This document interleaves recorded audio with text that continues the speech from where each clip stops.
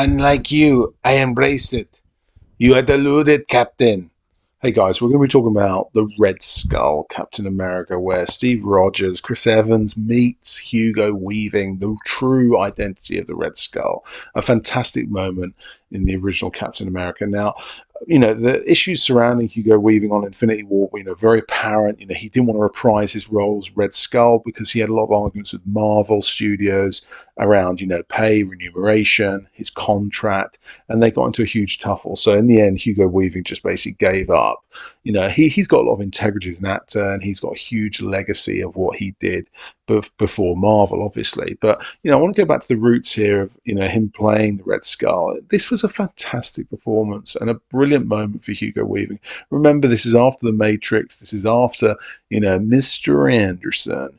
Hugo Weaving is delivering Lord of the Rings as Elrond. So this moment in time, Hugo Weaving is hot material in terms of his sort of acting portfolio, and I think he really got into the role and took it very seriously. He likes to go deep in terms of the role profiling, and he reads up a lot in terms of character development, and you can see that in his portrayal of Red Skull.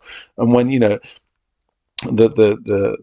platforms go back here and we sort of see this moment where he finally reveals the red face, it's one of the greatest Marvel moments ever, because not only is it Red Skull, but it's Hugo Weaving Red Skull. The structure of the face is still there. They've maintained the makeup just enough to be him still, but it's also terrifying as well. And again, I love this period in Marvel where prosthetics, makeup is used to its full extent, and CG is just used as a padding only.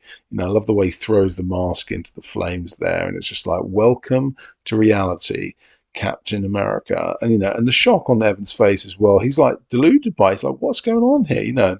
Red Skull's just like leading his way off and just like, yeah, bye-bye, I've got everything planned. And Hugo Weaving really commands that role. He gives Red Skull, his strength. And even though Red Skull's not, technically a very powerful character in terms of, powers, he's got that leadership quality about him. And we can see with the Doctor here that, he dominates him throughout the series, and anyone questions the Red Skull is turned away. But obviously, a conversation with Hugo Weaving would only go one way, and I think he embraced that beautifully. And I would love to see him come back, but unfortunately, I don't think that's going to happen. So we've got to embrace these moments of Marvel history and really enjoy them.